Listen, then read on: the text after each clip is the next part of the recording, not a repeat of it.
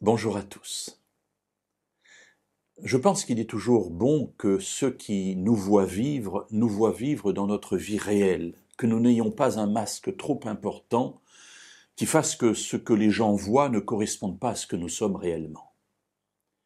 Pour autant, il faut aussi être prudent, parce qu'à trop se dévoiler ouvre trop de portes pour des personnes qui, parfois étant mal intentionnées, nous feront du mal, j'allais dire inutilement.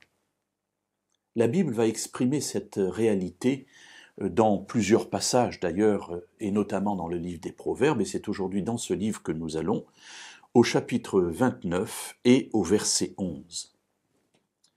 L'insensé étale tous ses sentiments, mais le sage se retient de montrer les siens. Alors voilà, celui qui étale tous ses sentiments, c'est un insensé. Est-ce que cela veut dire pour autant que nous n'avons jamais à présenter nos sentiments à ceux qui nous entourent? Non, mes amis, ce serait terrible.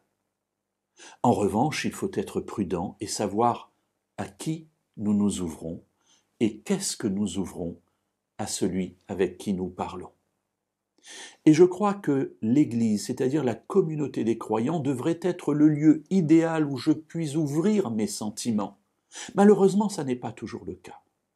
Parfois, dans l'Église, c'est l'endroit où on est le plus jugé. Et c'est malheureux.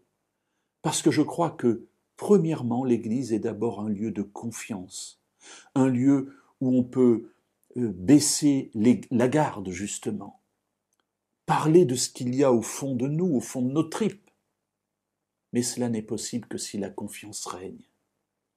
Alors, si la confiance règne, je peux parler à l'autre de mes sentiments, de mes difficultés, de mes tentations, de mes chutes, parce que je sais que je ne serai pas jugé, mais que je serai accueilli, comme Jésus sait accueillir le pécheur ou celui qui souffre. Dans toute autre situation, trop s'ouvrir, c'est être insensé. L'insensé parle de ses sentiments, il les étale, mais le sage se retient, parce qu'il sait qu'il y a là un danger. Et celui vers qui il peut tout ouvrir, eh bien c'est Dieu, parce que lui a une oreille qui écoute, qui comprend, qui console, qui répare.